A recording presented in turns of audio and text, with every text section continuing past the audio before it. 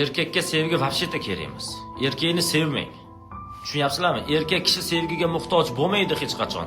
Lekin ayol kishini faqat sevish kerak. Sevgini darajasini oshirib borish kerak, foizini oshirib borish kerak. Nima uchun? Eshiting, keltirib beraman. Agar ayolini sevadigan bo'lsa, oila 100% oila bo'ladi, baxtli oila bo'ladi. Yaxshi ko'rgan erkak ayoli bilan ajrashmaydi, xiyonat qilmaydi, vaqtida mehr, oqibat, muhabbat hammasini beradi. Sevsa, xotin sevsa-chi. Ayol erni sevadigan bo'lsa, bu nolga teng. Minglab ayollar erini sevadi, lekin ajrashib ketyapti. Nima uchun? Ayolning sevgisi qadri yo'q uyda. Ayol ming sevsin, agar sevmaydigan bo'lsa, xiyonat qiladi, boshqalar bilan yuradi, ajrashib ketadi, mehr, muhabbat hech narsa bermaydi. Shuning uchun erkak kishini faqat tushunish kerak, ayolni esa sevish kerak.